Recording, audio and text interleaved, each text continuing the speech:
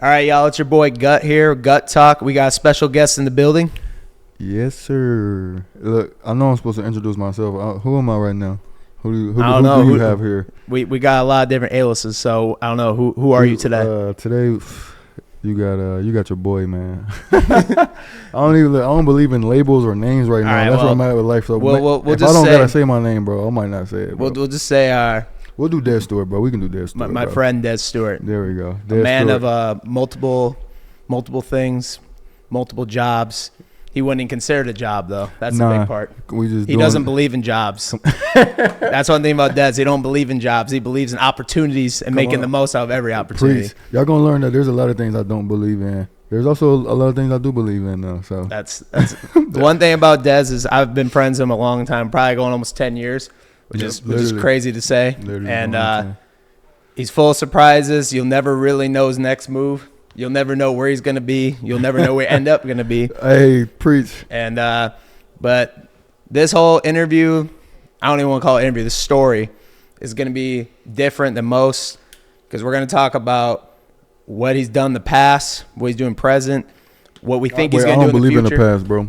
Well, we're going to talk. We're going to talk about it no matter what. So, but speaking of the past, let's just get in. So a lot of this stuff, we talk a lot, but a lot of this stuff I don't know because I feel like, what you don't know about me. You know everything about me. I do know a lot, but the thing is you open up, but sometimes you got to kind of dodge it sometimes. I kind of got to fight it out of you sometimes. Fair. That's fair. That's valid. But let's talk about, so tell me and the audience where you're from, your upbringing, where you're born, everything. Yes, sir. All right. So born in Kentucky, Owensboro, Kentucky.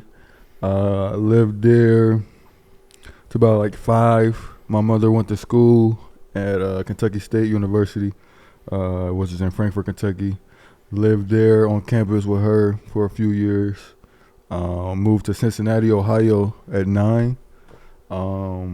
Did schooling there, high school there, college in Columbus, Ohio. And then at the D2 institution, Ohio Dominican. I guess they can get a shout out. Shout out Ohio Dominican. Shout out the Panthers. Shout out the Panthers. I got to be careful naming team names around Gutt. He gonna get excited with the sports. Yeah.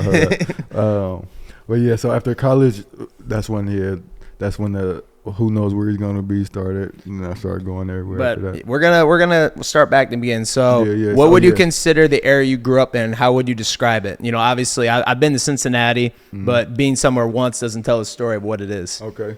So you want to describe it? I would say. I hope most of the interview ain't gonna be like this. I would say it's like any other place. You know what I'm saying? It's what you make it, where you put your energy at. Like I'm a product of Cincinnati, and you know what I mean? Like. Okay, describe what that means, because I have no idea what that means. Okay, so saying that to say, like, one person may have a perspective where Cincinnati is amazing, beautiful, opportunities everywhere, like abundant, etc. And somebody else may have a perspective where, like, Cincinnati is grimy or the slums or like the south of the Midwest or somewhere you don't want to be. Like, what would you lean towards of those two? Yeah, I would lean towards like I see that both exist and that. I don't live in either of those worlds. Like I like it's solid. Like I knew you were gonna say that too. I knew I wasn't gonna just be one or the other. I knew you were gonna find the middle ground between it. ASAP, bro. But not for real though. Yeah, Cincinnati, all love. I would rock with Cincinnati. Yep. So was it living there the type of thing where growing up you felt like you could go far? Because see, for me, I'm from Mason City, Iowa, right? And a lot of people don't know nothing about that. But when I was there, the environment I felt like I was in, I lived in a good neighborhood. I had good parents. I'm not gonna say nothing like that. Okay. But there was a lot of negativity around me, lots of drugs, lots of even at a young age, even 12, 13. People were doing a lot of crazy stuff. You don't even know this, and I've said this on some other podcasts. The school I was in actually got condemned, and we had to actually go in trailer parks in front of the high school for school. So people were fighting every single day. Even me being a person who I think I'm pretty nice guy. I'm pretty calm. Yeah, you're a pretty fair person. Yeah, I was getting quite a few brawls. They was brawling you up? Yeah. Oh, yeah, that wasn't the place to be there. I like to say with that, like I said, my upbringing was good, but that environment was terrible. Okay. And that's why I'm very thankful I live here. How would you describe the environment and surroundings of people around you? Because sometimes a city can be good, a family life can be good, but even the people around you can bring everything down. 1,000%. And so that's exactly what I'm describing. That like both exist. Like I had a solid crowd. Like I was in honors classes in Cincinnati, so like I had an exposure to certain things that like I don't believe in better. People may say like more of this compared to we were that. talking about that earlier today. Yeah, no, like no better, no worse. However, people may say like with me being exposed to other honors classes and the different teachers or what have you, that I wasn't exposed to what would be considered worse than that. Okay. So, however, I did still experience it, obviously. Just being in the city, and I mean, I remember like 5th grade. So this is perfect. Okay, 5th grade. I lost a friend to gun violence. So like, if that will give you a little bit of how Cincinnati was, like Logan Matthews, RP Logan Matthews for sure. I'm pretty sure it was 5th grade. It may have been like 4th. Either way.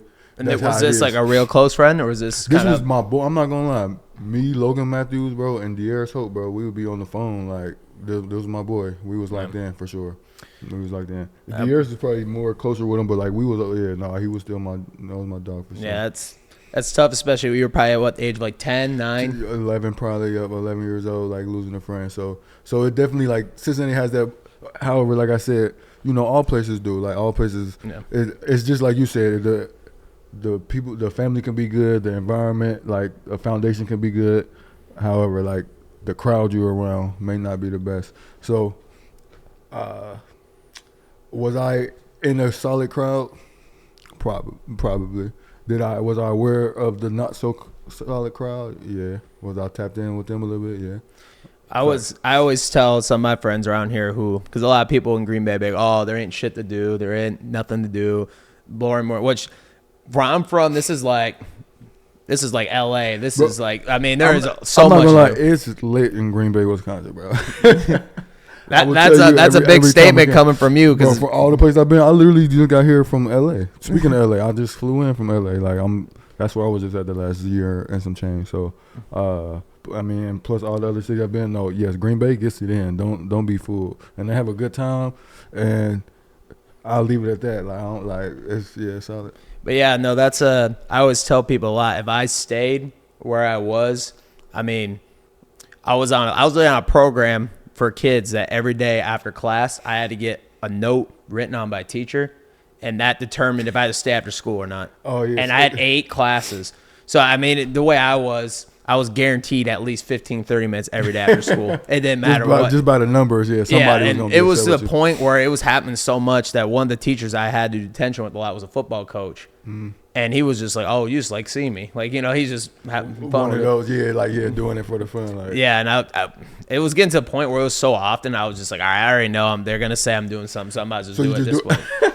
And all this come from me. People know me as crazy because I was, that's definitely not nearly how I am now. But that environment just brought me down. Pulled it out of you. And if I stayed there, I don't even know what I'd be doing. Yeah, no, that's something that to definitely be aware of is like your environment, what you're putting your energy towards, and what you're consuming.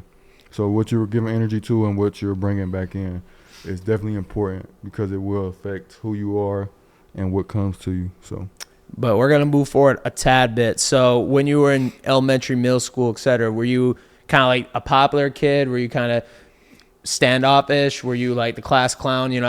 I'm just me knowing you. I'm kind of assuming you were more of a popular kid, but yeah, I was like, man, perspective. That's something I realized. Like being popular back then was all perspective, bro. Like, yeah, you know what I'm saying? Like what I might have said was popular, somebody else may not have said was popular. So, however, I would say like I continue to get more and more popular as like school went on.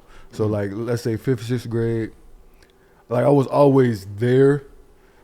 There would have like some people may be funnier than you, if that's a thing. Like some people may like be wilder than you know what I mean. So It's like there's lanes, you know what I mean. So levels to it. There's levels to it. So I was like the most popular or the most of whatever I was for, you know what I mean. But I was foundationally fairly popular. Yeah. No, I mean, none of that really matters at the end of the day. It But when does, you're young, it kind of does. No, I mean like the whole like quarterback in high school. That was me. I know we're still kind of early. Oh, but like that's quarterback good. in We're high getting school.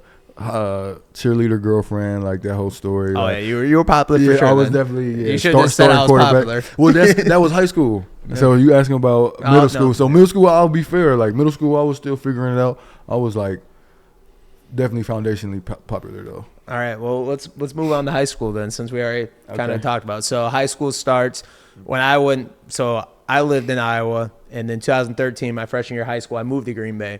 So for me, my high school experience, when I first got here, I was like the new kid. You know how everyone's kind of interested in the new kid. They either love you or hate you right away. Oh, fast. Fortunately for me, playing sports and just kind of being in the gaming, Madden especially, you know, I kind of jumped right in. I wasn't like you said, no quarterback, nothing crazy like that. But you tell me about the high school experience, because high school is a big, especially for what gets to your future. That's kind of a huge thing. True. Well, high school. So like ninth grade is when I started the honors.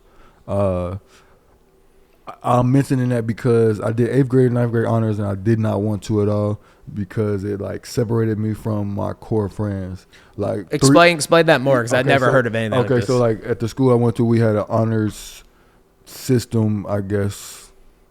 Let's call it that, to where like science, history, and English would be like a group of select individuals, and you would rotate between those same 3 like teachers for your like first half of your day. So the first half of my day in 8th and 9th grade was spent with like the same group of people. So you'd only be with people that were honor students? Exactly. Okay. Until the second half of school. So were you kind of like, were you kind of like a lot of nerds, or was it not something like that? I mean, like... Yeah, I'm just being blunt with it, you know? Let's just be straight up. You know what I mean? That's wicked. And I said, yeah, like it was nothing. That's Bro, what it was. That's who I was. Like, I wasn't there like... Nothing wrong with that. Then most time the nerds get to the money. And like... See, and we talking, because I know we're going to get there, but like, yeah, exactly. Like, eventually, like, so we was talking about like the programming and the matrix programming earlier. Yeah. Sometimes, like, some of that stuff it locks you into things that... Yeah.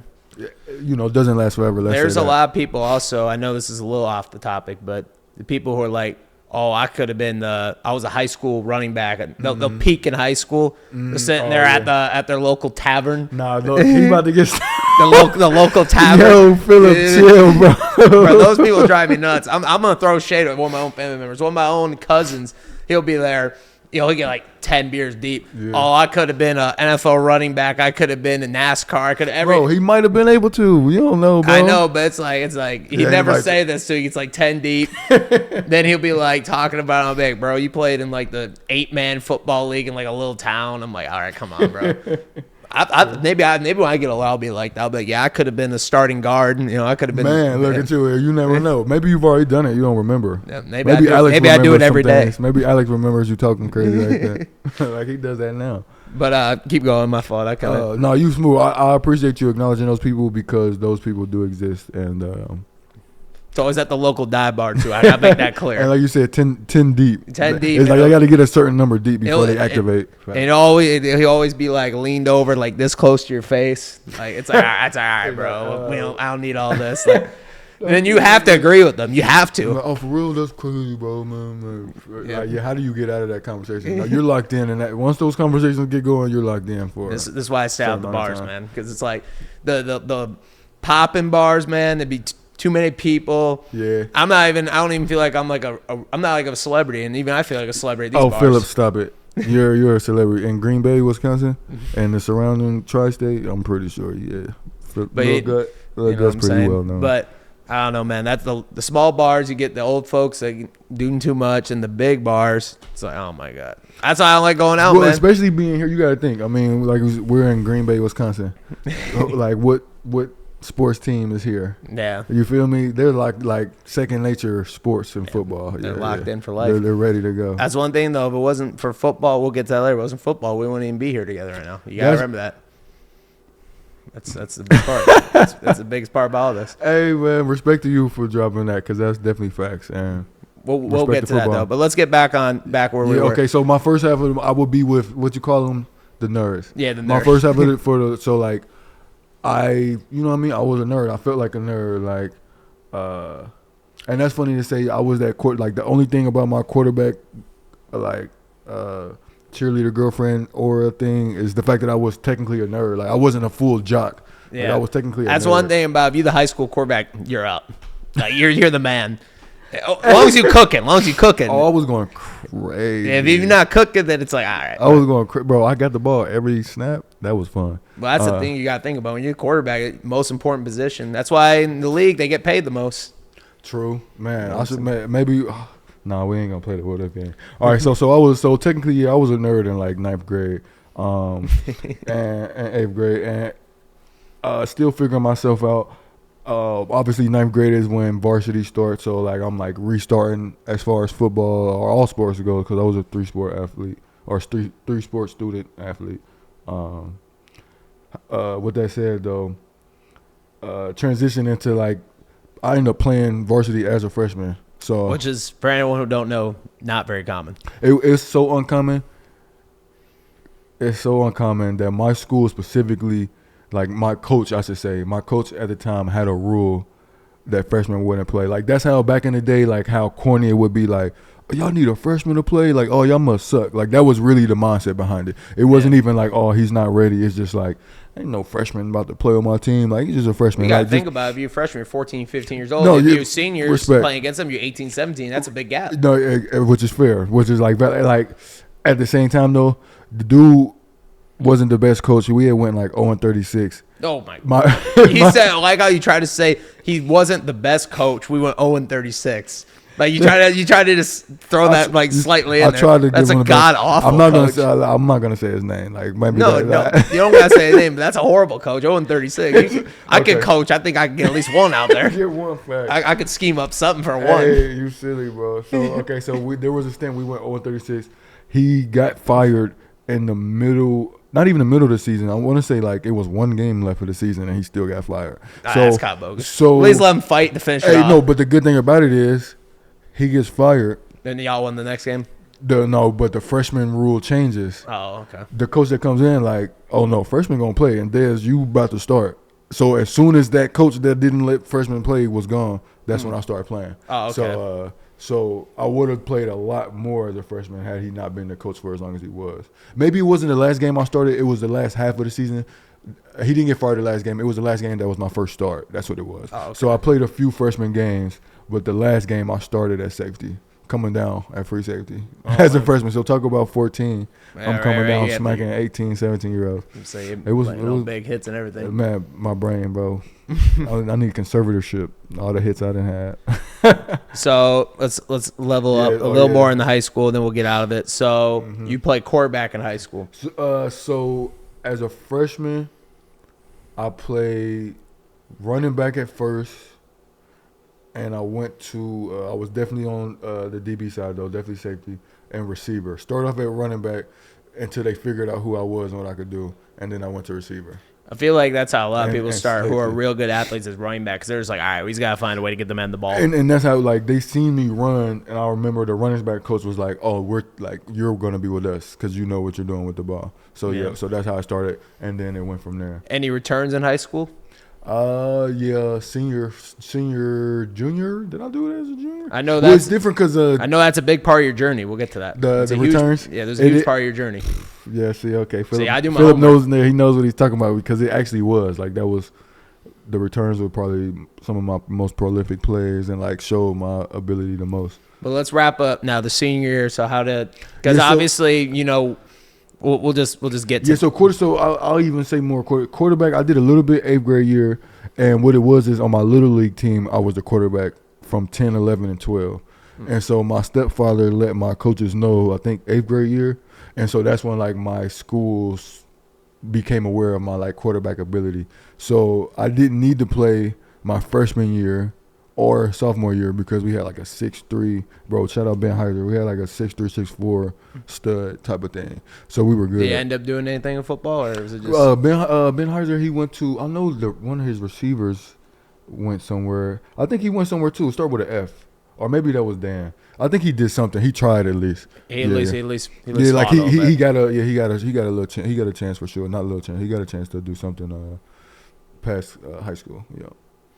But actually, he definitely did. Let me go ahead and for his respect, yeah, he definitely played. he definitely did it. something in college football related. Yeah. That's if you look at the percents of how many high school athletes go to college, then I saw it was like a graph. It was how many college players go D1 or D2, and then how many go D1 or D2 to the NFL, and then the NFL it's like 0.00001%. Less than one? Yeah, it's like I thought it was one. It's less than one. It's like 0. Well, think about it. Okay, so no, I don't even have to. You just laid it out. Yeah, there's so many players in between. How many schools? How many players are on each school? Yeah, and then how many rookies get signed to a roster? You start really breaking it down. True. You making even getting signed for NFL training camp is like winning the lottery basically twice. It's like how rare it is. You basically have a better shot of winning the lottery. That's like how rare it is. I say this to you all the time whenever we talk about it. It's so crazy that you say that because I was just going to say, like, y'all, he tells me this all the time. This is what you always tell me, like, bro, a lot of people would love to be in the position you would, bro, like, or do the things you do. Like, that's how he tell me. Yeah, no, that's fair. No, you forgot the key part. I say a lot of people would kill, rob. They would. I try to lead the negativity out. But I'm leading the negativity in. They would kill to be where you are or do what you've done. I said to get one snap, people would do almost anything. Yep. And it's fair, and I appreciate you helping me keep that perspective because it's a blessing for sure. But all right, so how did you get from high school to your college? Yes. That's a very hard thing to accomplish. True, especially considering that when I was getting recruited, I was a quarterback, and I ended up going to college in a different position. So it was a situation in itself where colleges would come and see me. And they're like, all right, man. Like, do you remember some of the colleges that saw you? Bowling Green in Ohio, Miami, a lot of MAC schools. Okay. All the MAC schools. Toledo offered me a preferred walk-on, which are you familiar with the preferred walk-on? Yeah. So for the people that may not be like, that's where it's like it's in between a scholarship and a walk-on. It's like, all right, you're not on scholarship. However, we know you're coming in. We're going to give you preferential treatment. We're going to, like, you know what I mean? Like, you're going to be next up to get a scholarship if you earn it. You basically got to do so much to get it. Yeah, it's like all right, look, like, all right, like, you don't have to just come and we, like, just walk on. Like, we know we want you to come, but we're not going to give you no money right now. So, and I was going to go there as a running back, which is crazy because I would play quarterback. So that would have been interesting for sure how I did that. However, shout out Chris Reisert, man, the recruiter at the time for Ohio Dominican, bro. He got me at ODU, bro, D2. I could have went D1, quote unquote. Went Ohio Dominican. But most of the MAC schools, just to answer that question, most of the MAC schools and a couple of Virginia schools. That's another thing, your odds, how much they're stacked, because percent of D1 guys is really low, and then D2 it just boom, just plummets. It just plummets like a lot. Yeah. It's basically to get even from a MAC school, it's tough. But facts. But like, once you get below even anything that's where it's like, all right, like you gotta like really. You about to have me like have a realization on this podcast, like, bro. I signed. Wait, are we at that point? Have we said that yet? Do I say like I've signed league contracts? You about to make me realize like that is crazy. Yeah, I mean you can say it. I mean we're gonna talk about it anyway. So that is crazy. Yep, respect. Yeah. A lot of these people watching too are hip too, so it's not like true. Yeah, they a lot of the people are gonna know most of this information, but not the in deep stuff, like the basic, like the league stuff. They'll know that.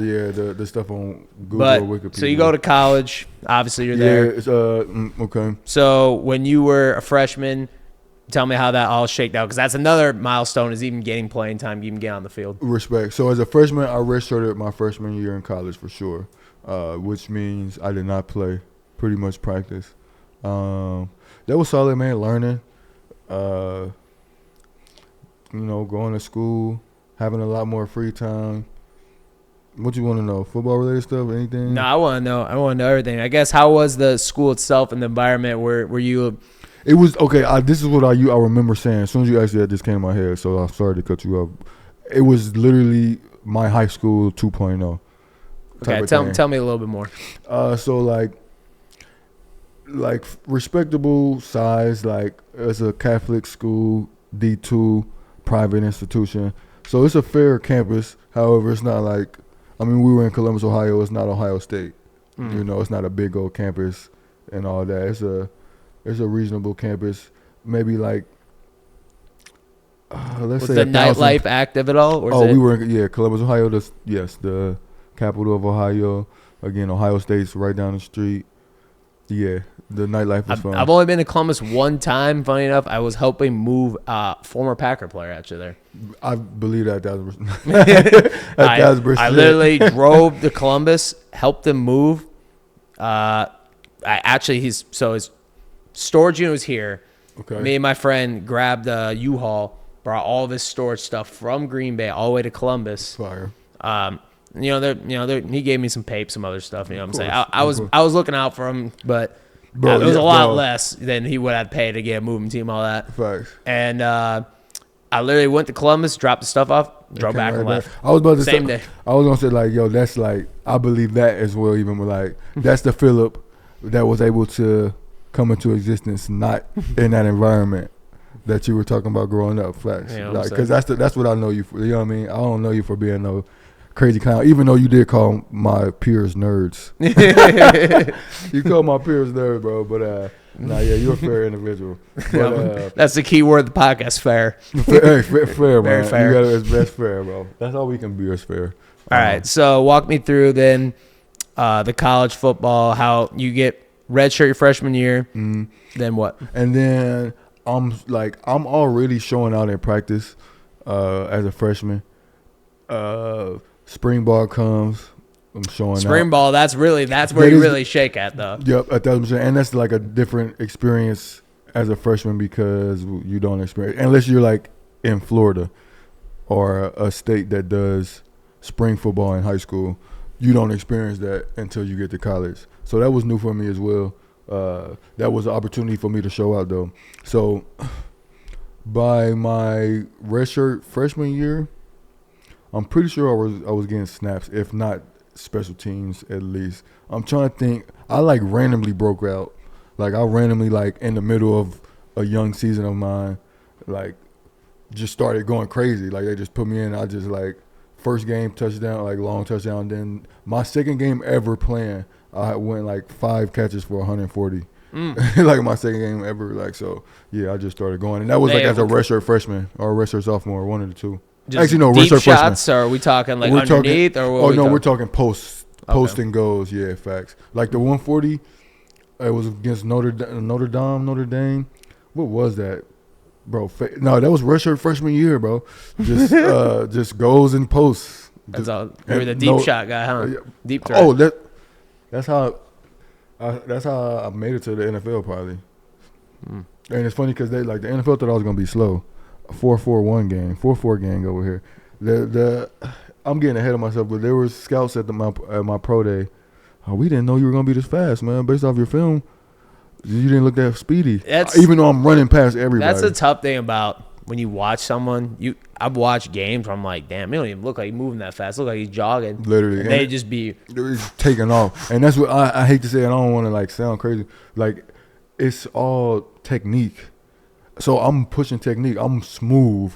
And so since they don't see like like all that, then they'll think I'm not working hard. No, I'm working my technique. So that's the key to all this is technique. That's the key to life is technique. Preach. Talk to them. Let's talk about life. All right, y'all, we got to thank today's sponsor real quick. All right, let me tell you about Santana's Mile Garage. So I'll tell you a personal story real quick. So I bought a Porsche, right, and it was a weak gray color. I wasn't a real fan of it. I came to my boy, and he got this pink looking sharp, looking good. You can do that for your vehicle, too. He can also tint windows.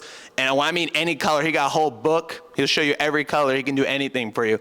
And affordable price and really good work. So if I was you, I'd tap in today. So I'm going to put his Instagram in the bio. Go tap in, say Gutt sent you, and he'll do you right and affordable price. You know what I'm saying? He's not tax season. So I tap in right now if I was you. But we're going to get you back to the video real quick. We're getting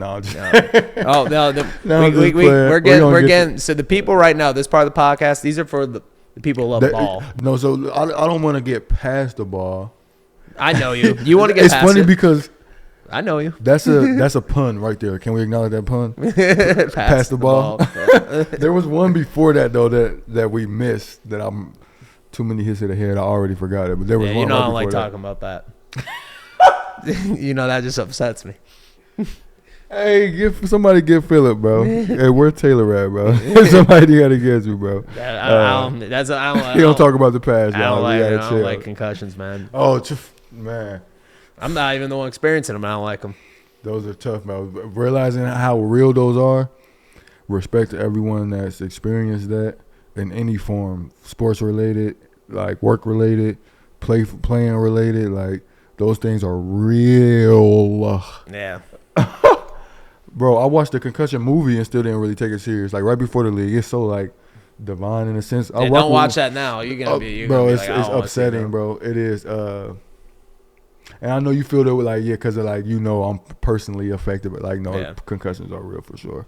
Yeah, I don't know if you remember because I remember I texted you after one of the concussions you got indoor ball. We'll get into that more, but I remember I texted you, and this is for me loving watching you play.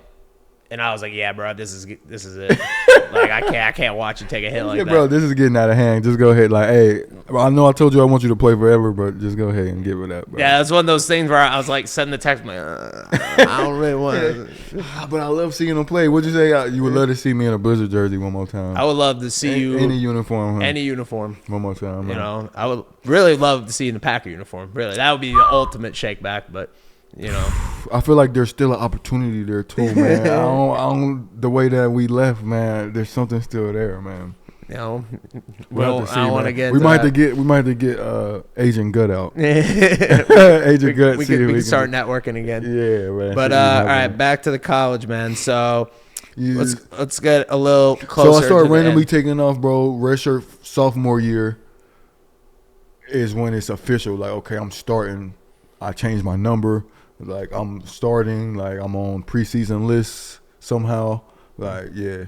Like, all right, we the word's getting around. Word's getting around. Yeah. Actually, I won't even go. Like, I won't say that. I might not have been on preseason list redshirt sophomore year starting. It was every year after that. My first game redshirt sophomore year, I don't know how many catches. However, 187 yards. School record. Okay. Went crazy, had fun, played in my home state. We had it was so random, played a team in Kentucky. I was playing. My father was there. Shout out my father, who is late. My father's no longer in my life, so he got to experience me in college a few times, actually. Father was there. A lot of family was there, so that was a big game. First game of the season. 187, went crazy. And from there, bro, like, just literally, just like they learned the catches that I was making. First of all, I was already making and known for making wild catches. That's the thing. So go balls, posts, and just any type of random tough catch. Like the contested catches, people around you. Like so that game, I had so many crazy catches that they learned that we can just throw them up the ball, bro. So how did you go? In our favor. All right, let's push past that. So let's get a little past college, but a little before the next one. So what was the process? Because there's some things that went crazy in college. Like, we did. I definitely had some notable things to mention. However, I was known for just catching whatever was thrown to me pretty much. So, I think I got that thrown off. Yeah. So eventually they knew, just throw the ball up, and I'm going to come down with the catch. So I was known for the go balls, the posts, and the crazy catches. So where did because I know I did my homework. Yeah. I've been friends with you a long time. Bro, you've seen me make some crazy catches. I've seen. I don't want to jump. You've seen me. I've seen lots of crazy things. But we'll get to that. Okay. Where did the special teams come in? Because I know that's what separated you a lot. Yeah, that's especially as far as getting to the league. You're right, and I can reflect and realize that right now. Special teams came in. I was doing like defensive special teams. So like as a gunner. Yeah, actually, college, bro. The way it worked. I know in the league you were a gunner. In the league. I remember. You must have seen that Detroit play. Yep. You must have seen that. I remember. Where the boy calls a fumble on the switch things. We'll get there though. No, in college, I did more returning because with me being like a starter in college, like just like a starter in the NFL, is not gonna play special teams. So I was a returner. I think I was mixing my professors. I was a returner in college, and that helped me for sure.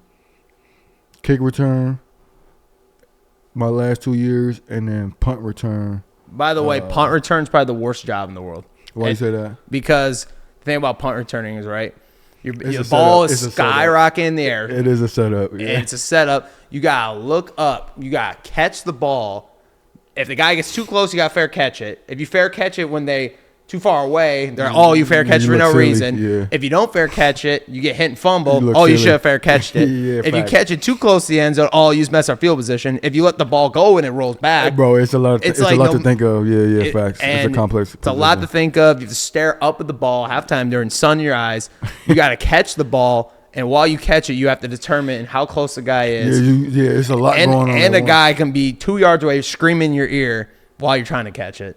It's the worst gig probably in the NFL, in my opinion. I think it's the worst job. It's funny. I don't even watch sports or anything. You can attest to this. I somehow seen a clip recently of somebody getting smacked on punt return. Worst job in the world. Yeah, it's pretty. Because if you fair, like I said, no matter what, you kind of the odds are against you. Yeah, facts.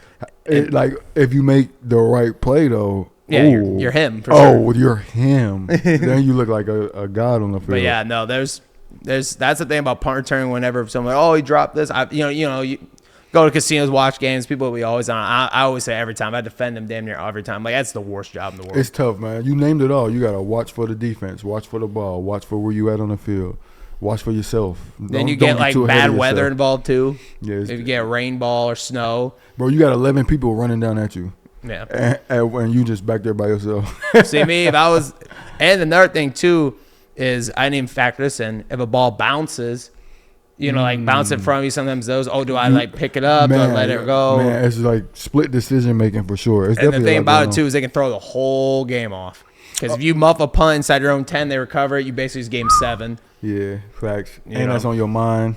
You playing mind games with yourself. That's a big thing about sports. It's a lot of mental. Everything in life. You ready to talk about life? Yeah. All right. So college, we're going past college. Okay, college is over. Yeah. We can finish up. ODU got it. Yeah, they good. Okay. So I went crazy though. Let me say a few things on that before we end up. Okay. All American. Come on. All type of leagues. Like whatever. I forgot what they call. Like what they call. No, just notable things, bro. Or tags. I'll just say tags. There was something with returning. I remember that was one of your things. I definitely first, bro. Oh yeah, first team all conference. That's the other for like the first team all conferences, bro. Senior, yes, first team all conference. My senior year as a receiver and as a returner. That's I remember the returning because I know you right. Damn, I forgot how tapped in the returning I was. You right. Well, that potentially is the reason why you got to where you are. It's a lot more than you probably realize. So okay. You go from that, you have a pro day, I'm assuming, right? Yes, sir. Okay, so ironically at Toledo, the school I could have went to. Yeah. So how many scouts that you know of, if you know, what teams you know were there watching you? The Giants were the one who told me we didn't know you were going to be that fast. Actually, before they said we didn't know you were going to be that fast, because another team said that. I think the Giants said this to me, or the Jaguars. They said, yo, do you care to be here? Because it looks like you don't care. It looks like you're not putting any effort into. That's one thing I know from talking to a lot of players. NFL teams are very toxic. What what are you talking about? Like they rage bait you in questions. Like they want you to say the wrong answer as much as they can. It was a setup. Like now, granted, like I spoke on earlier, when it's a technique thing, it looks smoother, so it doesn't seem like you're putting that. You don't have to put that much effort into 2 + 2 because you just know it's just smooth. But like something more complex, you might have to put. Intricate effort into where you can tell that this is difficult. The things I was doing, bro, I have been doing for how many years? Since 9 years old to whatever age. Bro, by that time, like... second nature. I'm a professional. You know what I mean? Quite literally. I'm at a professional tryout. I'm conducting myself professionally, bro. I know my steps. So they're literally... because I'm not... they're like, bro, you don't even care to be here. So, like, already going into, like... think about that. They're writing that down, and they write down every little thing. So they might think like, oh, he doesn't care. Like that could have been a tag that was put on me for sure. Oh, he doesn't care. Other than the Giants, and you said the Jags, the Jaguars. I definitely remember talking to Jaguars. Was there everybody was there, bro. Steelers. I mean, like, there's 32 teams, bro. At least 20. I mean, D1 Toledo. That was a legit pro day. So they had a fire receiver that year too. So. So you get out of the pro day. Draft comes. Where you. I'm assuming you had an agent, right? Yep. Was there any talks of you getting drafted, or was it kind of like you knew you were going to go undrafted? Bro, we thought I was going to get drafted, bro. Bro, the Seahawks flew me out for a visit. Pre-draft visit? pre-draft visit. I'm D2, bro. I'm very hip to the pre-draft visits, man. That's very important. Bro, I'm with the Seahawks, bro. Not to cut you off. Big thing about pre-draft visits. You might know this. You probably do, but there's some things that I'd be telling you, and you know it, but like, you know what I'm saying? You get me hip to a lot of things. Yeah. They only get 30 pre-draft visits per team. So if you're a pre-draft visit, I didn't even know it was that many. Yeah, it's only 30. And 30 sounds like a lot, but when you have that many of athletes, 30 is a very small amount. A very small amount. So that means the Seahawks looked at him and said, we can only bring 30 players in for a visit. You're one of the 30 that we feel is worth it. And have all athletes coming out. Yeah, facts. No, so the crazy thing about it is the Seahawks end up calling, bro. All right, so the draft, bro. We thought I was going to get drafted. Like day 3, 7, 6 round? We thought 6, 7 round, yeah, the last day for sure. The Buccaneers were at the pro day, and they I can legit remember the scout like talking to me last, like actually like making sure like, yeah, okay, bet there you are, like I wanted to holler at you, like yeah, like pretty much gave me, he really told me then like we're gonna get you. And then they called again, 6th round, like yeah, I think we about to, if we can draft you, we're gonna draft you. They ended up not drafting me. My agent signed me to them instantly though. So how many teams offers called me wanting to sign me, but I didn't even know. I was like making deals like, okay, bet, say less. Like not knowing that my agent already signed me to the Buccaneers. So how many offers did you have when you're undrafted free agent that you know of?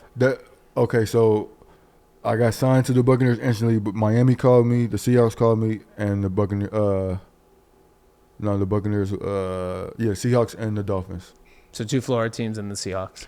Wow, I wouldn't even put that together. 2 Florida teams. Wow. Yep. See, that's how fast I am. I don't know if y'all know about the sports in Florida. Florida get down. Yeah, I wish the Jags would have called. We would have had all 3. Man, and see, it's something about the Jags. I don't know how, like, maybe it's just them being there. Maybe I spoke to them. But the Jags had something to do with my process for sure. So, looking back, I know this is very random. Do you wish you would have potentially signed with Miami or Seattle instead of Tampa? I don't believe in that much. However, I've had thoughts like, bro, I was supposed to be with the Seahawks. They gave me the visit, bro. Yeah. They gave me the visit. Now, granted, Tampa told me at the pro day, like, oh, you're the one. So Miami was just kind of out the way a little Miami was random. Miami called, and they called me personally. Like, the Buccaneers called my agent. Miami called me. They had my number. And I told them, like, okay, bet, I'm about to sign with y'all. Yeah, you were all excited. I was excited. And I was talking to my agent, like, yeah, Miami's, like, they ready. Like, what's up? He's like, oh, you good. You already got you with the Buccaneers. Didn't even ask me, though. Do you wish the agent would have talked to you a little? 1,000%, because I would have definitely been like the Seahawks, bro. Come on, bro. They already invested into me as much as they did. Right. Yeah. So you signed with Tampa. Tell me about the experience. I signed with Tampa, man. Oh, I was about to get wicked. I'm so glad that I don't just say the things that come to my head, because I was about to name drop and everything. Yeah. It's probably not good for my brand. Not good for the brand at all. But you can still do it if you want. No, I'm not going to. However, I will say that the quarterback at the time wasn't the best quarterback. 2013. 2016. Or 16. I'm slow. I'm not going to say the name. I know. You know who it is. I know the starter. Are we talking the starter? Yeah. Oh, okay, I know this. Yeah, okay. Okay, throws me a crazy pass, bro. He's still playing. I found that out recently. He's still playing. I can't believe he's still going. Bro got better with time, though. I think he was. He's still going. I know it is. He's still going. I don't know, like, I think he got better with time, bro. I don't know how far in he was in 2016. That was the second year. Okay, cool. See, that makes sense. Bro threw me something crazy. Bro, pull my. One thing I know about it, who you're talking about too, he likes to sling it. He loves to sling it. This is the first day of camp. I'm not gonna cap. The first day of training camp, bro, I pulled a soft tissue muscle, bro. I don't know if it was a quad or a hamstring, because of a bad pass in warm-ups, bro. Warm-ups, that's the in warm-ups. So that was my experience with Tampa, bro. Super short. So they waive you injury settlement? Waive me, yep. What's the process of the injury settlement? I'm hip to it, but for the people. Yeah, so injury settlement is a situation where you sign a contract, so technically you're locked in to the team. However, if you're hurt, they want to free up their roster spot. Bring in another guy. To replace you. And they're like, all right, cool. So technically we still owe you some money because we signed a contract with you. This is what we'll do. We'll break you off for however long your injury is and say that you technically still worked here for that amount of time. However, see ya. Get up out of here, Brody. Basically that. Right here, just take this and go. Just they get basically here's some money, get out of here. Literally, Basically how it works, and that's the reality of the NFL, man. One day they care about you. The second there's any inconvenience, who are you? They're that's like, the reality of the NFL. Yeah, it's a tough industry. It's tough. That's why I'm like, are you ready to talk about sports? That's our life. That's the only reason why, because like I really do technically have trauma associated with this stuff. Like, yeah, there's a lot of athletes, man, and there's fortunately for you, some people can't get over it. At least with you, you're the type of person that has other passions, so it's not like respect. You're not like you're stuck in that. Respect. So okay, you get released. Yeah. So if I remember correctly, I'm doing my own timeline in my head. Mm-hmm. You sign in August with Washington. Yes, sir, ski. Okay, so you go to Washington. So I go to Washington and I make some noise. First of all, I was making noise with the Steelers. I made it seem like I was like the first. Oh no, Steelers is way later. I was mixing them up with some with the. You jumping two my teams. My bad. Because I'm thinking about the things that I did that didn't really get noticed. The Steelers is another quick team that I would. Yeah, but we'll get the Steelers. We'll get there. Shout out to Steelers. Yep. Shout out the pit.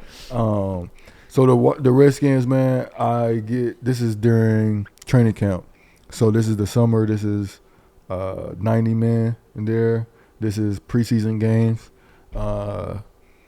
This is playing other people, but this is like playing NFL games. Like, I mean, it's not the real season, but like this is my first, like, as close as I'm about to get. Basically, this is where all the 90 players are grinding for 53 spots or again the practice squad. This is when it's real. Like, all right, this ain't OTA. Anyone who's on a roster bubble, every single day is a war. We're going to take another break and thank our next sponsor. All right, we're here to thank Tony Dream Home Services. He can paint your walls, do your door, trim, decks, drywall. I mean, he can do everything. He can build your house up, tear it down, then after tear it down, you decide you want back up. He can walk back over, build the thing back up, and he's making dreams come true one home at a time. So come holler at my boy, because I'm telling you, he's the best in town.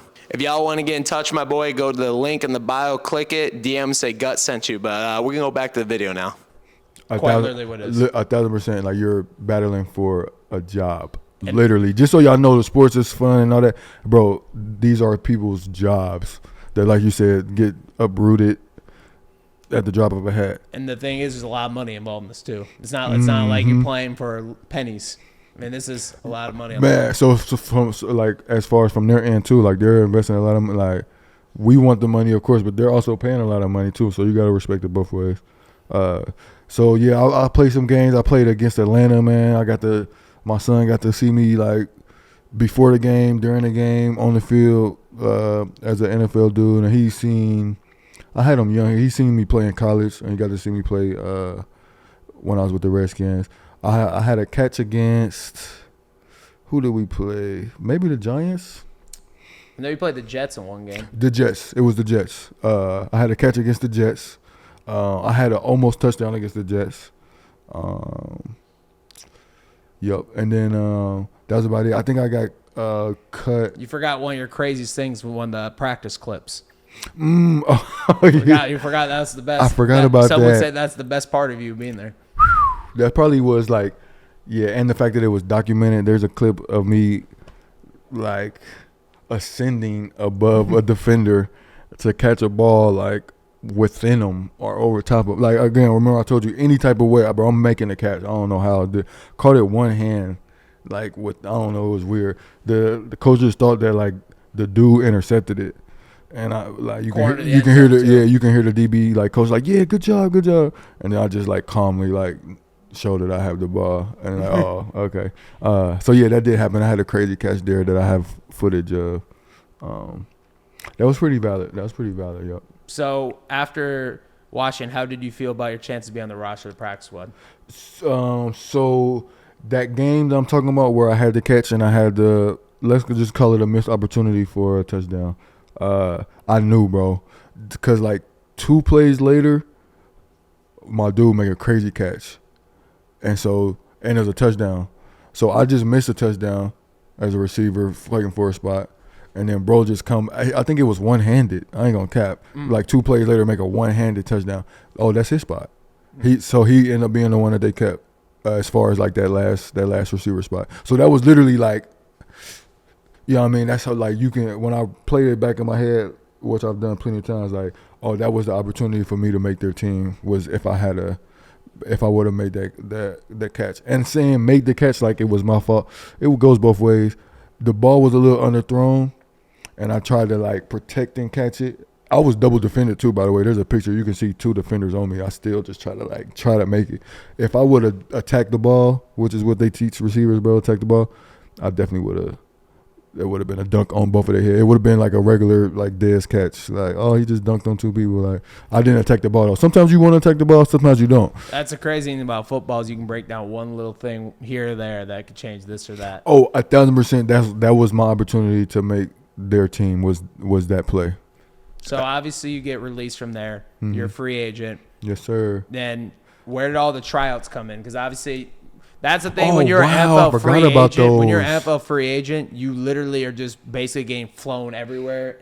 They're like, hey, let me see you. Let me see you. Like, bro, your first of all, you're a product. You're a product, bro. Yes, I spent so much time in hotels and planes playing sports, bro. Even in college, it's just crazy.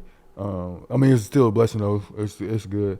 Yeah, the tryouts, I forgot about those. I had a lot of tryouts, bro. Bro, a lot of teams was like, "Oh, Dez is available. Let's just see what he got." So, if you could speed run through the teams that you remember you tried out for: Jets, Patriots, Colts, Tennessee Titans. Philadelphia Eagles. Was any of those tryouts afterwards? When you didn't get signed from those, were you just like, what? I did not get signed? Was any of those you were like shocked? Because I know the tryouts. The Jets maybe. I know sometimes the NFL tryouts from other players talk to. They say they're kind of bogus sometimes. They'll be like they're really trying out this quarterback, so they need guys to throw to. Oh yes, 1,000%. Or it'll be like, oh, they're really trying out the receiver, so they try out this quarterback, but they're not really looking at the quarterback. 1,000%. I know there's some that goes into it too. Yeah, that I want to say that happened with Philly. Like Philly, they wanted receivers. But they had a couple quarterbacks there kind of like just to like, bro, they wanted receivers. They had all type of receivers there. Mm-hmm. I'm pretty sure. The Eagles, I don't know what happened with the Eagles. I don't know why I wouldn't have like, that's one where I don't remember. Like the Patriots, I know they better not have called me. I didn't give them the best version of me because I'll get into it, man. Those opportunities come out of nowhere. You get no warning. There's like, yeah, we want to fly you out tomorrow. Like maybe the Packers gave me the most like heads up, or the Jets. Like I did get a heads up sometimes, like a day or two. I think the most I got was like a 3-day heads up. Some of them were next day, 2 day. Like so. Honestly speaking, I have some money in my pocket from what. From Tampa and from the Redskins. So I'm chilling, like, and I'm not gonna lie, y'all, like my talent is like kind of just natural in the sense of like I'm not a guy that is necessary for me to work out or train often. With that being said, your boy ended up looking like Gutt. Boy get looking like Gutt after a while. Bro, I know the Patriots signed me or tried me out, bro. Like I had like the bubble guts that morning, like just not eating right, just like living the life of not a professional player. So like for them to fly me out the next day, and I'm like, oh, like my body was not ready for it. My body literally like went into crisis mode with them. Yeah, they didn't know what we're doing right now, bro. Because they like it's a test of your skill. It's also a test of your not durability, what like your I'm trying to think of ability to not get tired. What's that stamina word? There it is. Okay, so yeah, so they're testing your stamina. And with the Patriots, guess how many people was there? Belichick too. Guess how many people was there? A lot. How many players? 15. 1. Guess who it was? Just you? Dez Stewart. Oh man. So if it's only one, like if it's multiple players, normally you get at least like 6. Get a little rest because somebody doing this, somebody doing that. Bro, I was there every second to tell me to do something. Are you doing that? Are you do this? So the rest was way less with them. Like the rest time of me having to do something from waiting for somebody else. So yeah, the Patriots, bro, was not good. I ain't gonna lie. I went outside with the Patriots. The Colts, I kind of went outside because it was a similar thing. It was just me. And they had me doing punt returns, kicker returns, receiver routes, like do this, do that, like all just running. And again, I'm not training. Like so We'll talk about the trial that did go good. So you try out for the Packers. The trials that did go get, the Jets went good. I ended up not getting signed to them. They were going to sign me like the week later, and I think I ended up signing with somebody else or something like that happened. The Packers signed me, bro. The Packers, there was a lot of receivers there. The Packers picked me up. I was still not in the best shape, bro. That was that was in the midst of me like trying out with other people and not getting picked up. They what I had to do for the Packers. What it was is they gave me a few days. They gave me a few days, bro, and I was able to like get my body prepared. I swear. Mentally prepared. And mentally prepared. You're not lying. Yep. So you signed the Packers a practice squad. If I remember, this is a lot. It was October for sure. October, yeah. The end of October. Yeah, like 27th or something. This is the key part of our friendship.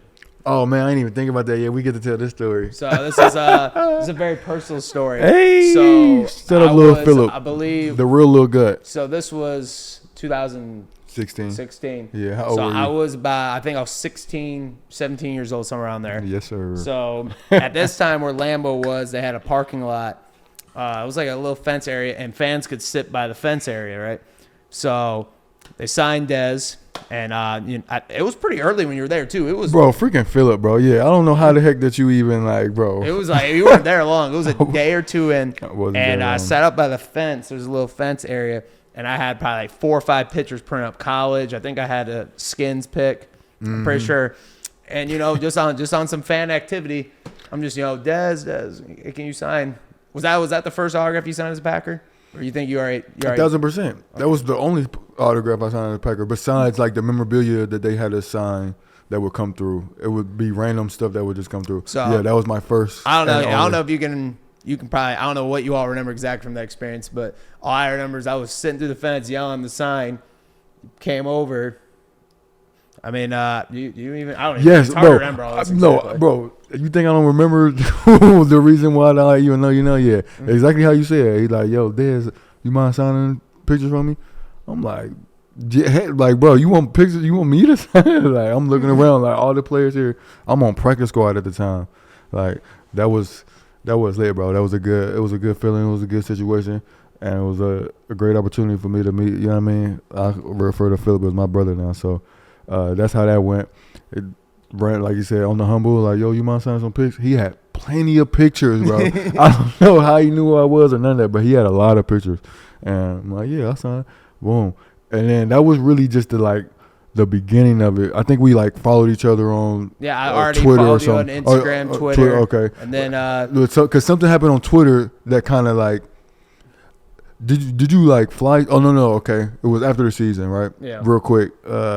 After the season, you found like my locker tag. So they on the locker room, like on the top of the lockers, they have these little tags, the last name, the number, all that. Yep. And the Packers were selling them. This is after he was off there, and they had like fat amount of them. I'm talking like any player that played there, they just that name was threw in him there. on that table. Yeah. And I'm just scourging this table, looking, and I found his plates. And then I got a hold of him. Tapped in with me, like, bro, look what I got. Send me the picture of it. I think it was 2 of them. Might have been 2 of them, yeah. It was one of the big ones and one of the small ones. Yup. Send me a picture. I'm like, what? Like, yeah, what's your addy? I'll send it to you. And this is no later than the end of that same season. So you still like 16, 17. Yeah, in my head, like, bro, I'm always aware of that too during the process that he was a young, like, so there was respect to him for his hustle, his like confidence to come, like, just ask me, you know what I mean, like, had a pictures, like, initiative. It was a lot that I would respected from him early, with me being the age I was and him being the age he was. So when you did that, like, when you flew that thing out to me, I'm like, oh yeah, bro about his business. That's what's up. Yeah, this crazy thing is that little gesture of me just wanting his autograph as a fan grew to everything we have here and then some. But we'll get back to the Packers. So what was probably your favorite moments being on the Packers? Bro, I had fun waking up at 6, bro, and going to the facility, bro. I'm not gonna lie, I enjoyed every aspect of it. The meeting, like, I can reflect on it and see myself smiling a lot, and see myself, like, enjoying my company and not having any worries, type of thing. So the whole experience was smooth, like. It was smooth, bro. I had fun. I was balling out. I met some good players, some friends. What do you think was your on the field, some of your favorite memories of being on there? It's one I'm trying to reference, but I'm trying to make you say it instead of me saying it. I just remember what it was because I did not know until just now. Right here, this is the how they say always, and I don't even watch streams. Oh, clip this. Oh yeah, this is the one. Get the clipper ready. Yeah, and I saw. I definitely have intercepted Aaron Rodgers. Shout out to Aaron Rodgers, bro, because like saying that story like makes it seem like I'm putting them down so much, or like it's really just like a great feat to be able to say that you did it. Like, however, I don't like he was such a good dude, and to me like personally that I wouldn't even want to like make it seem like, oh bro, Aaron Rodgers trash. I picked him up. Like it ain't like that. It's like, bro, Aaron Rodgers so good. I'm playing scout team and I'm playing hard. I'm practicing hard. I'm giving him a good look. So well that like I'm like making defensive plays on Aaron Rodgers at practice. So obviously everybody sees it. Everybody can recognize the quality of an athlete that you are. So yeah, that was smooth. Yeah, so, I mean, intercepting a first ballot Hall of Famer, in my opinion, and a lot of people's other opinions, probably the most talented player at quarterback has ever talented arm you'll ever see. No, in fact, Aaron Rodgers could do some crazy stuff and still can. And he's still playing. He's still going right now. What is? Yeah, that's right that's now. why we got the jersey on. Yeah, fact. That's the crazy part is you were playing with him 2016. Mm-hmm. We're in 2025. The man still he's still going. Good for him, bro. Shout out to him. He definitely like he's tapped into life, bro. He tapped into the neutrality that's necessary for things. I respect it, bro. So after Green Bay, you get released. Unfortunately, that was. It might have been tough on you. That was tough on me too. That was the thing. That hurt a lot, especially because I won that preseason. I won the whole experience. Oh man, their Green Bay's preseason. I'm familiar with it. The riding the bikes and the tricycles and all that. Experience. I might have been the little grown. I might have pulled out the bike for that. That would have been smooth. Real quick, that does make me remember that I did experience that with Tampa that same year. That was cool. I signed a lot of autographs during the training camp with Tampa. Like their stuff was smooth. That was fun. So I get released from the Packers. And then you were kind of out for a little bit, if I remember correctly. I want to say I was out till like January. And then that's when the reserve futures contracts comes in. As soon as that come out. Yeah, so reserve future contracts, people don't know. There's a lot of real technical stuff. Fortunately for me, I'm very hip to all this because I study the game so much. But it's how reserve future contracts, correct me if I'm wrong, basically as soon as the season ends, you can sign a player, basically have your rights for training camp. Is that basically how it works? It. I was about to say you would probably know better. I'm pretty sure that's it. Yeah. You have their rights for training camp, OTAs. And Pittsburgh signed you for that. They grabbed me, Sap. Was there any other team that tried to get you, or was it just Pittsburgh? Yeah, I'm sure. I know Pittsburgh grabbed me, Sap, like ASAP. Okay, so you go to Pittsburgh. Mm-hmm. Now, what was that process like? I know it wasn't as long as some of your other stops. Yep. So that was during OTA. So it's funny because I did experience different times of the season with different teams too. So Pittsburgh was my opportunity to experience OTAs, was the spring. So I go out there for like the first week I'm there.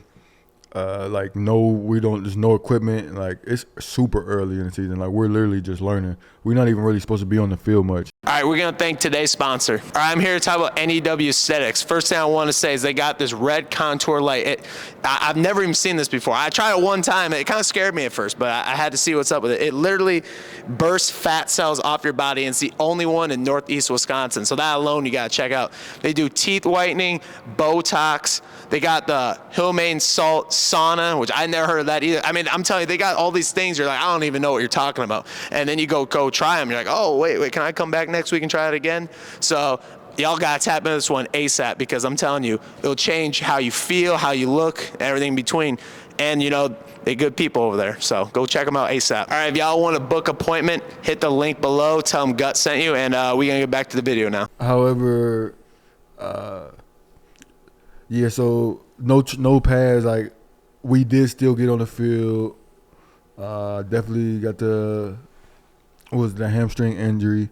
They gave me like a procedure where they try to like move blood from my knee to my hamstring to try to fix it. Like they definitely invested to try to like heal me as soon as they could for me to stay.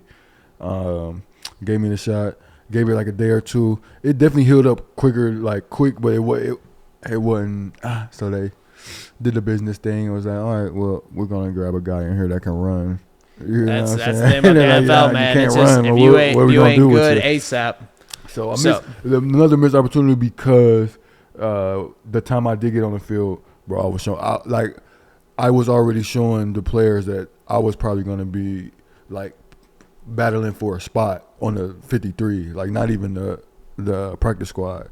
Like I was going to potentially with the Steelers potentially have a chance to make that main roster. Yeah. So after that, out of football for a little bit. So the thing about Dez is he gets released. There's always a little short period, and then he always finds his way back in.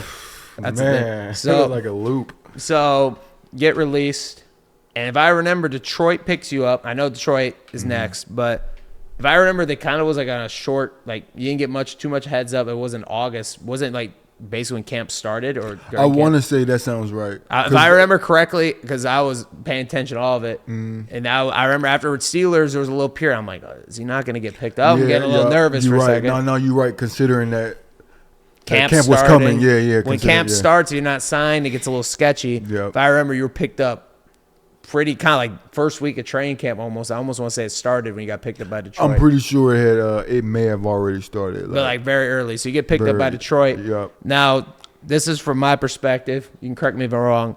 Out of all your camps, all of your stops, I would make the case you did the best with Detroit. I did very well with Detroit.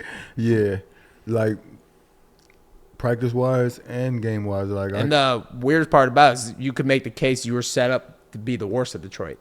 Because you had the least amount of time to prepare, and you weren't there for the whole process. Bro, I was 1,000% supposed to be a roster guy. That's when we can get into the roster guy tag. Yeah. Sometimes, like, man, we got an extra spot. Like, we need somebody, you know what I mean, to run some routes. They call them camp bodies. Camp body. That's really not camp even roster guy. Camp body. That's what it is. They basically pick you up, say, hey, we're going to abuse you for a couple weeks in camp, and then release you. Literally. It's messed up, but that's really the reality. 1,000%. So, yeah, so you're right. I was technically a camp body. Bro, I literally climbed the ranks of the receiver group that summer. Anyone that knows ball in deep, if you're not there before August, if you're picked in August, you're pretty much there. It's just picking. Like because everybody there before me had been there again. OTA started in April.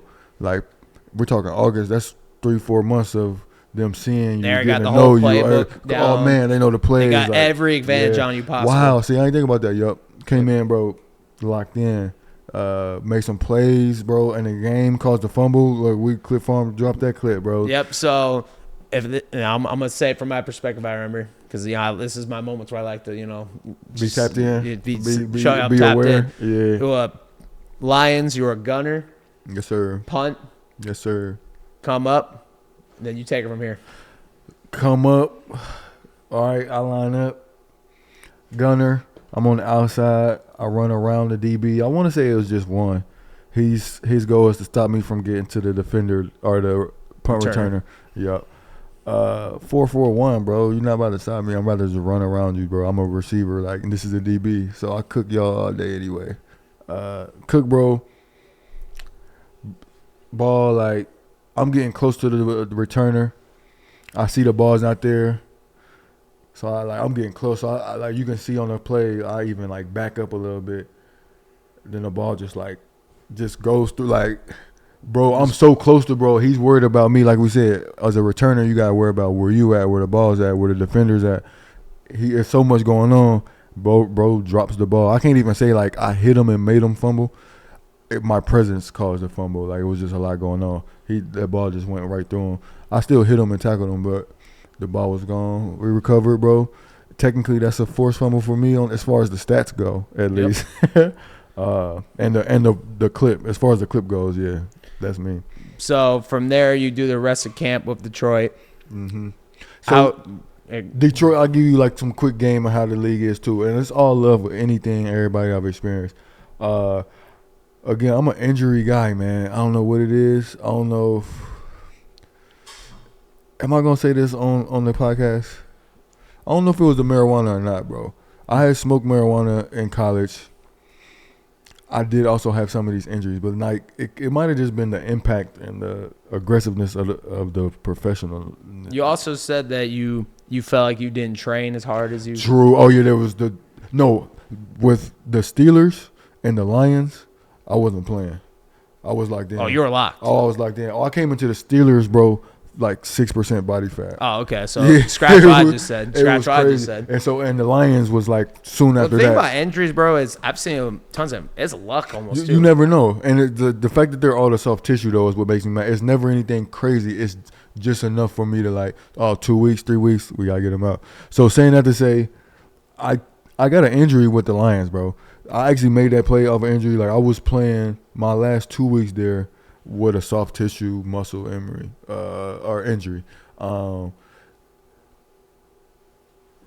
Okay, fast forward, cut day. I'm getting cut for 2 reasons. Did they know you were injured? Yes, bro. Okay. So I'm getting cut for 2 reasons. I was already a camp body. It's like I could have been like they could have made a reason for me to be there. Like I could have been argued. They knew I was hurt though. So like they know like okay like yeah he's balling, he's making these plays, but he's doing this hurt. Like we're not obviously not gonna put him out in the game. They were gonna cut me regardless. Me knowing the business of it, bro, knowing what's up, I'm like oh no, I know what y'all on because I was balling. Like arguably like bro, like they could have kept me and it wouldn't have been a surprise. So the fact that they cut me, I'm like yo nah, I know what y'all on, and they didn't give me an injury settlement, like a test or none of that. I'm like nah, guys, y'all know I've been coming to treatment every day. Y'all know I'm hurt. So I let them know. So saying that to say, bro, they tried to cut me knowing I was hurt so they wouldn't have to give me no bread. I had to literally go tell them, like, no, I need to get tested before I get up out of here. They try to find me home ASAP. End up getting tested. Yes. Prove, like, oh, wow. Like, look at the MRIs. Like, oh, yeah, you're injured. You've been playing injured. Facts. So left there. Yeah, your injury settlement. Yeah, left there with an injury settlement. And that was it for the NFL after that. So after you got released from Detroit, the injury settlement, did you have any more tryouts or workouts after that, or is that kind of where it died down? You know what? I can't recall. I can't say for sure. I don't want to. Well, the tryouts and workouts probably go so crazy too. It's just boom, boom, boom, boom. After a while, it's probably so a blur. like that whole thing was a blur. Like it all seemed like it was all one season. It was, but I guess it was just two. It was really just two seasons for the NFL. So and think about that, 5 teams. Yeah, it was a lot going on. Plus the teams that I was just flying to try out for. Yeah. So, okay. So, how long did you – so, what was your options after that for football? Not other things in life, but – for football? Kind of because obviously I know what comes next for football, but I don't know – was there any other looks from other leagues? Yeah, like random leagues. There was some CFL, league. anything like that? Oh, yep. I forgot about this. So, CFL and then some random league in California. Yep. And then like some like German. I wish I pursued that a little bit more, like the overseas. The overseas football. Yeah. I didn't really have a good connection. To that opportunity. Like even to this day, I could do that easily, and I wouldn't even have to worry about a concussion because I'm not gonna get touched. Like they're not gonna be able to touch me up there. No offense. Yeah, those were my options, and I don't know why the CFL never worked. That almost worked 2 times. Was that something you were willing to do? Yep, definitely. So how did you go from then to fast forward? You signed with the Arizona Rattlers in 2019. Fast forward a year and a half. An agent there. So like with the IFL, like having an agent is very important because sometimes you're not even an actual agent. You're just somebody that knows the coaches or whatever. I signed with the agent who ended up not even being a true agent. Like I don't even know if I actually signed with him. I don't know. It was weird. But he was helping me out, and he got me signed to the Rattlers. I didn't even know about the IFL. Was that something that you were sales pitched to do, or were you like, all right, I want to do this? That was more sales pitch / I wanted to play. Respectfully, I was hip to indoor football. I used to have Kurt Warner's indoor football game on PS1. Like I used to see arena football on TV. I wasn't hip to the IFL though. I wasn't hip to that opportunity. So that agent definitely put me on to all those teams. Like, bro, there's plenty of teams in the IFL. Mm-hmm. So shout out to bro for doing that. That was more like, oh, you know what? The AFL. There was AFL. There was an AFL team before. And the New York New York Albany, Liberty, the Albany Empire. That's what it was. Albany Empire. So that's how I got into the indoor game. The same agent, I think, put me on with them. Oh no, I think they just hit me randomly. Like they just were familiar with me and they signed me. And this was like the AFL like championship team, like that. So how was that experience? It was realistically, bro, it sucked. It did suck. It did. I can say, and I don't mean it suck like the experience is more of like what was shown of me. It wasn't the best like version of me. That was my first time experiencing like the indoor field. That whole thing is different. The dimensions of the field are different. Like the way that you run your routes are different. Like the whole game is legitimately different. I can respectfully say the indoor football is a completely different game than outdoor football.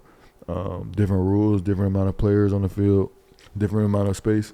So that was my opportunity to learn that. I went there, failed basically, so I learned how to win, and then went to Arizona.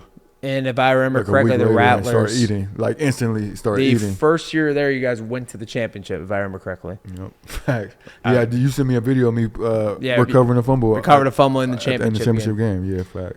So you play for the Rattlers. Yep. You go to the championship. Unfortunately, didn't get done in the championship. Facts. You did make an impact play in the game, though. Yep. That was the big part. That was that was huge. No, that was a huge moment. Another thing about us is we didn't talk for a little while. Just because, we're not texting each other every day. It's just Facts. Now we're kind of to that point. At that point, we weren't there. Facts. But I remember I sent you the clip you were covering that fumble. I said something like, "Oh, come on, let's go, Dez." Yeah, he did the opposite, bro. That was. And you were probably looking at, oh, he's still tapped in. Bro, still tapped in. I couldn't believe that he sent me that. Like, and that's why it's crazy that I remember it. Like, yeah, that's lit. I think you still had that video too. No, it's in the trenches of my phone somewhere. It's in the archives. So after the Rattlers, you were completely out of football for a little while, if I remember correctly. Yeah, the coach got mad at me. I chose to not play football after that year. Was there multiple teams reaching out to you after that? Oh, no, the Rattlers was going to sign me. They was going to sign me right back, which, guys, for like the IFL, the Rattlers, bro, was like top 3 teams every year, top 5 at least. So, like, probably one of the best organizations. Best organization in the league, hardest team to get on. Like, they wanted to sign me back ASAP. And so me saying no to that, bro, low-key messed up my relationship with the coach. And like, because there are those type of coaches where, like, bro, we're the best. You're not going to tell us It's no. kind of a little bit ego thing. A little bit. And respect. Like, I get it. Do you remember any other teams that are interested in you after that? I mean, obviously, if you're not going to say Arizona, it's kind of like, all right, I'm not going nowhere. Well, no, it wasn't that it was the fact of the team. It was the fact that, like, yo, all right, how many years am I going to give to football? Like, let me start to give some years to myself. So I gave, like, I had no reason to not play that year. That's another reason why they was upset. They're just like, you're just, like, I went and got a corporate job. I was I was operations manager for LA Fitness in Arizona. How was that? And I was still in Arizona while in their face. So they're like, bro, you're still here. How was that? Bro, it was amazing, bro. Yeah, it was smooth. Like, I was operations manager. That even sounded crazy just saying that. Like, bro, that do sound real like, good. I was like the manager, the man in charge of a whole gym, bro, in Phoenix, Arizona. That was cool. So, okay. Now, I want to say there was at least a year or 2 before your next stop. I want to say 2. I want to say it was 2 also, but, I had to give you a chance because I was wrong. Yeah, I'm pretty sure facts. we were talking. I don't know what exactly, but I know I talked to you about, all right, is football over? We had this exact call, and you'll never shut the door or anything, no matter what it is. That's one thing you refuse to do. I'm so glad he knows. Yeah, he will never shut. I'm not shutting the door, bro. But it seemed like you were somewhat interested. What was the process from there? Bro, okay, am I about to talk the story? Like, is this the time? Because did this happen the way I think it happened, bro? If I remember correctly, yes. It did? Yeah. Okay, so Philip, bro, agent, like I mentioned earlier, bro, Agent Gutt, bro, Agent Philip, he's hollering at me. He's like, man, so, all right, bro, I know you took some years off, but I'm asking you these questions, and it sounds like you still want to play, man. Like, if you think you still want to play, like, you might as well still play while you can, man. Like I said, bro, people will kill to play. You good to play. So, all right, so he's doing it, Philip. I'm like, all right, man, you right here. Like, yeah, by the way, bro, I mean, we got a team here in Green Bay. Like, man, you should. If I remember, if it went down like this, bro, it's like you should just hit them up, man. You should just see what they say, man. Just hit them up, bro. I hit up the coach on LinkedIn just because Philip told me to, bro. I remember too. Right after that, bro. I went to their office. Yeah. I went to their office. I was like, I gotta connect here to a pretty good player. I'm just Just throw these little. Bro, you was throwing them to him the whole time because Ryan was letting me know. He's like, bro, Philip, he's got your back, bro. He's like, he's telling us about you, bro. We're gonna have to see. Like, that's why I'm so blessed that first game went the way it went because everything you said was shown right then and there. And like, that was obviously for me personally, I would want the Packers to be the thing that would work out the best. Right. But the way the Blizzard went was even bro, divine, bro. Yeah. So he comes up, signs a Green Bay. I'm standing up here, so this is where our friendship. Because before this, it was kind of like we'll talk every few months. Yeah, it was more virtual for sure. Yeah, like what's up? How you doing? Blah blah blah. You know, I'm still supporting. I'm still watching you. Yes, because you was buzzing moves too. I've been waiting for an opportunity to turn this interview around on you, but I don't know if we're gonna have the chance. We'll see. What you was doing, all type of stuff too. Right. So you was active. So I'm keeping up with you, seeing what you got going, throwing shows here, hosting artists here, selling features there, scamming people. Sorry, sorry, nah, managing artists, bro. The list goes on, bro. Bagging shorties, bro. You feel me? Sorry. Nah, let me chill. So yeah, we was both active. But yeah, me coming to Green Bay with you as an adult was definitely different. Like the first 2 days of me being there, he pulls up on me. Like, it's like, all right, we locked in. And so, I gave, like, just to kick it. Like, the one request I had from him was, all right, the first game at home, because the first game was at home, I said, if you score that touchdown, I need that ball. If I remember correctly, you scored 3 touchdowns. Yeah, there was 3. There was 3 of them, yeah. One in, all the way through. Actually, I want to say they were the only 3. No, you scored more than that. No, the team's only 3 touchdowns. Oh, yeah, that very well could be true. That very well is the truth. I thought you were saying only 3. I had a nice amount of touchdowns. There was like at week 3 of that season, you were leading the league in touchdowns. I was giving you a little stat. Bro, like, hey, you still leading the league in touchdowns. Yeah, you're right. Yeah, because of that first game, how crazy that went. So yeah, 3 touchdowns first game. Facts. Got you the ball. Yep. Got you the ball. I still got that. Facts. And one of my other favorite moments of that season, definitely the Hail Mary. Oh man, I think that's my favorite play. Other than like a punt return that I took to the crib and like a reverse 80-yard reverse touchdown, bro. That touchdown, that Hail Mary touchdown, is like probably my top play. And the crazy thing about that season too is how nuts you went for the team not being good. I'll just be blunt; it was not a good team. The quarterback situation was, it was not good. Asinine. It was not good, and there'd be so many times where you'd be open and not get the ball. And it wasn't even like I'm like, oh, throw it to my homie. It was like, bro, like sometimes it'd be like curl route, just like a drag. It'd be the simplest route. It's not really even drags, but a lot of curls, I hear what you're saying. comebacks, and you'd be dead open. And I'd be like, bro, what are we looking at here? Yeah, and it's crazy because with that being said, I still did have even more catches than I remember. Like there's catches that I ended up realizing didn't even make my highlight clip. That should have needed to be like I don't even use needed to be on there. So for me that was the most enjoyable year for me just because I got to see my friend play in real life right in front of me. Got a lot of signature moments. I wish team success could have been better. Individual success was there though, so that was nice. Yeah, individual success was there. The team, it was fun. I was that was good for me as a athlete. That was my first like true leader opportunity where I like really stepped into it. Like veteran leadership. Yep. Like if I remember correctly, that team was very. You're probably the only player on that team that NFL experience for the most part. I think there might have been 1 or 2 other guys maybe. Maybe on that, and then age wise, like I was a little older. And that's not the oldest still, but still a little older. Yeah. Well, yeah, and the thing is like.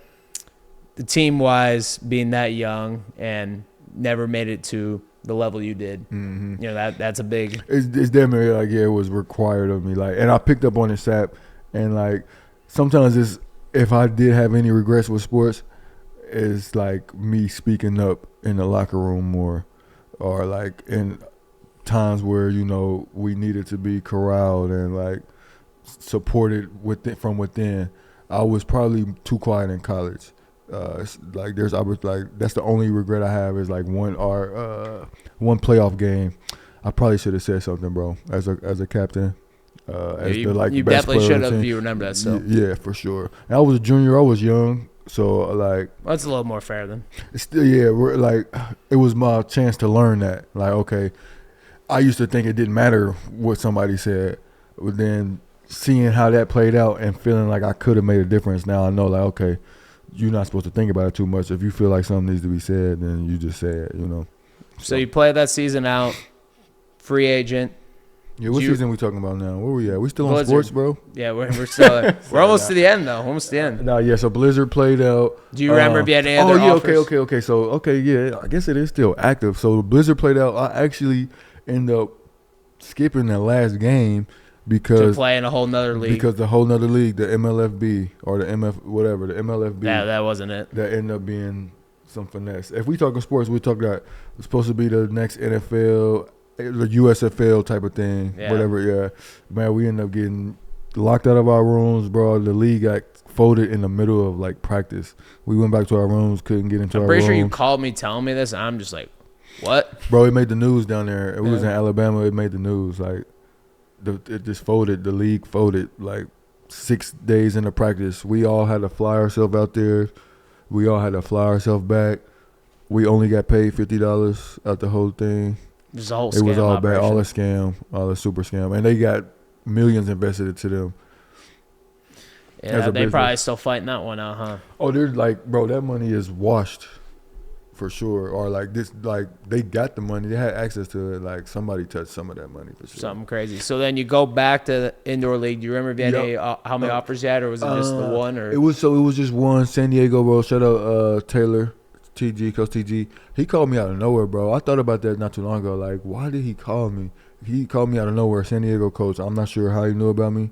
Called me and like, yeah, we want to sign you. Like, we don't want to talk about nothing. Like, we want to sign you if you want. And where I was still in Green Bay, and I thought I was done with football.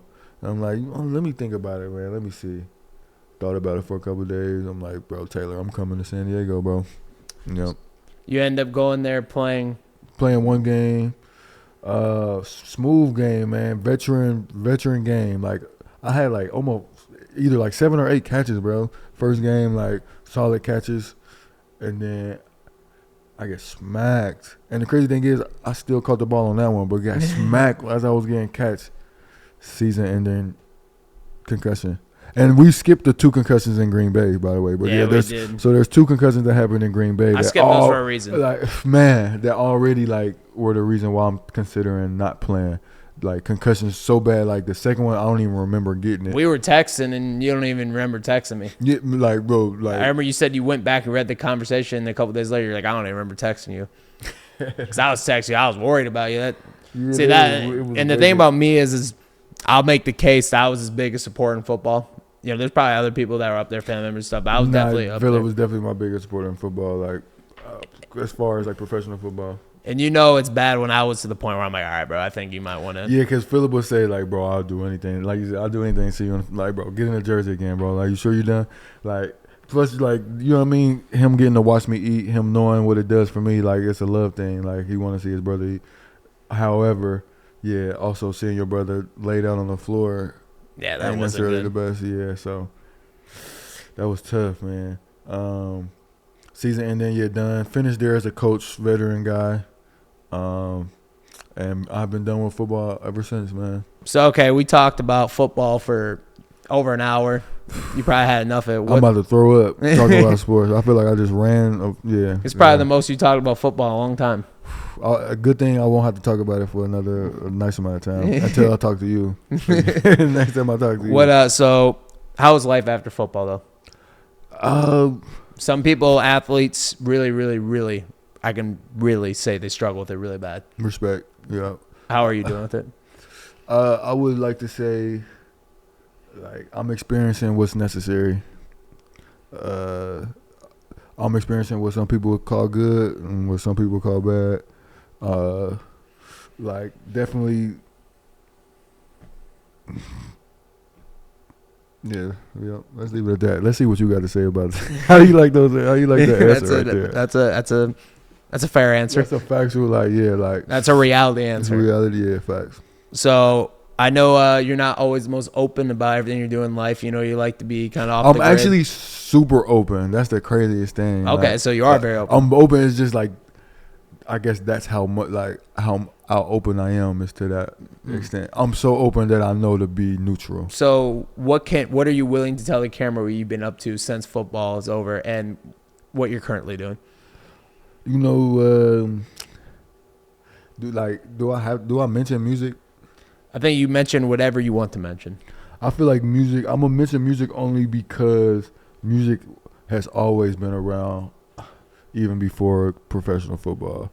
So it was always there. It was always something I was doing. All the things that we said about the sports, bro, music, I was doing something music related the whole time. So I'll mention it now and say that I got so many songs built up that like I'm putting projects together from just like years of drop music that or undropped or unreleased music that I have. Would you say you're more passionate, enjoy music way more than sports, or how would you balance that out? So I'm not like a more or less guy. Oh yeah, you did say that. I don't believe in more or less or better or worse. I'm not sure how to ask that question without saying Yeah, more. I would say that I can say I do. What do you enjoy more? You don't like more. No. You don't like more. Yeah, there's you making this too hard for me. I was about to say there's no way I'm answering that question, bro. Like which one I like more. I will say I don't know if I've experienced music to the fullest potential. Like okay. I won't say I don't know like if I should do it more because I don't believe in should or more, but like there are opportunities to do it more efficiently, more effectively. Let me say that that I may not be taking advantage of. As far as which one I like more or less, they were both fun, bro. I almost said I miss football, bro. And you didn't even ask me if I miss it. I almost just spit it out. Do you miss football? Yeah, I miss football, bro. Could you see a scenario of you? Yeah, I already have. Okay. I already have. Wait, what were you going to say? A scenario of you playing in some sort of league. Cool. Yeah. Maybe you should do the overseas route. Bro, I could do that. Maybe you should. Easily. And they got like be something Europe, different. They got China, like Asia, not China. Like it would definitely be something different. It'd be fun. Mexico. There's Mexico. Fact. Exactly. There's plenty of overseas. Maybe that's something you should do. Just Agent say Phillip, get that last thing. Get Agent Phillip on the line. Where's Agent Good at? I can put the hat on. You know what I'm saying? We can do it. Let me get bro. Before we shut the lights off, before we get out of here. Wait, look, before we do that. Before we do that too. Phillip Gunning Jr. I don't know your middle name. I don't know if you got a middle name. You probably don't. Nope, no middle name. Hey, I see it. Okay. Before we wrap up, let me just ask, bro, how you doing, man? I'm doing great. I'm with my friend. And when I'm with my friend, it's always a good time, good memories. That's what's up. You know what I'm saying? You did pop up on me again. You gave me kind of a heads up, but not the craziest thing. I said give me a week. You didn't give me that. Thing, I didn't give you that. I gave you. What did I give you? I don't think I gave you anything. You really didn't. I gave you like a pump fake. You gave me a better one. I gave you a pump fake. Like, yeah, I'll be here this weekend, and then I called you like, nah, I'm here already. It's better than the last time. I think the last time you quite literally were like, oh, I'm like, yo, I'm in Green Bay and stranded. I know you had no idea I was here, but I need you. That's how it happened last time. Yeah, facts. And how fast was I there? Oh, bro.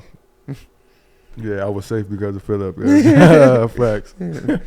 Facts. But my last question for you is that you're willing to share. What do you have coming up that you can confirm? I know there's always for Dez Stewart, the football player, retired athlete, bro. I am going to attempt to actually live the retired life. I keep forgetting that I'm retired. I'm such a gotta do something, gotta be doing something, gotta be grinding person that like, bro, I'm driving myself crazy. Trying like I don't know what I'm even trying to compete or keep up with. Like I don't want for nothing. I don't be wanting much, bro. But like I be thinking I should do this. I was just in LA, bro, about to pursue like a teacher certificate because I do substitute teaching on the side as a retired thing. Like yeah, I can just do that whenever if I want to pull in some cash. Man, next thing you know, I'm in school, bro. I was like enrolled in school, about to get like all this extra stuff that is just, I guess it's not necessary right now. Because otherwise it would be happening. Like I got as far like I was in classes for a week, and the way that the universe worked, they would line everything up. I ended up having to like unenroll. So if not, enjoy the retired life, man. Figure out one of these businesses that I done built. Let's figure out what they doing. You know what I'm saying? So just for everyone knows now, there will be a part 2 of this at some point in the future. Yes, sir. 'Cause there is- Y'all thought y'all was only gonna give me for one. Now Yeah, there's a lot more to be talked about. 2. Speaking of 2, shout out 2 Foul. Yep. Speaking of 2, that'll be the part 2 interview. Part 2. Wow. Yep. Yeah, I think that makes sense. I think 2 would like that. So we'll feed you all this. And let it sit for a little bit. Then we'll get the next. Okay, one that's in. perfect because I got some questions for Philip Gutting that I'm gonna just save. Save for that one. I'm gonna save. Maybe we can. 2. We'll interview each other for that. 2 might do some silly things. Yeah. So let's save it for that.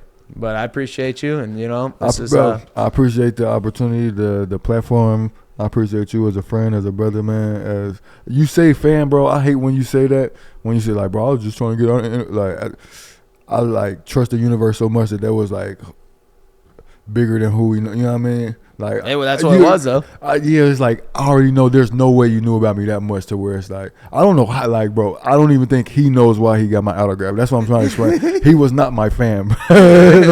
He was not my fan yet. So at least like that was deeper than we even know, bro. But yeah, there's gonna be a part 2. This is your boy Gutt with Gutt Talk. This is one of my favorite guests I had on, and you'll get a part 2 real soon. But I appreciate y'all, and just keep the comments rolling. Keep watching. You'll show everyone you know. Hey, shout out Alex Craig, yo. Yep, shout out Craig too. He if it wasn't for him, none of this would have happened and continue to happen.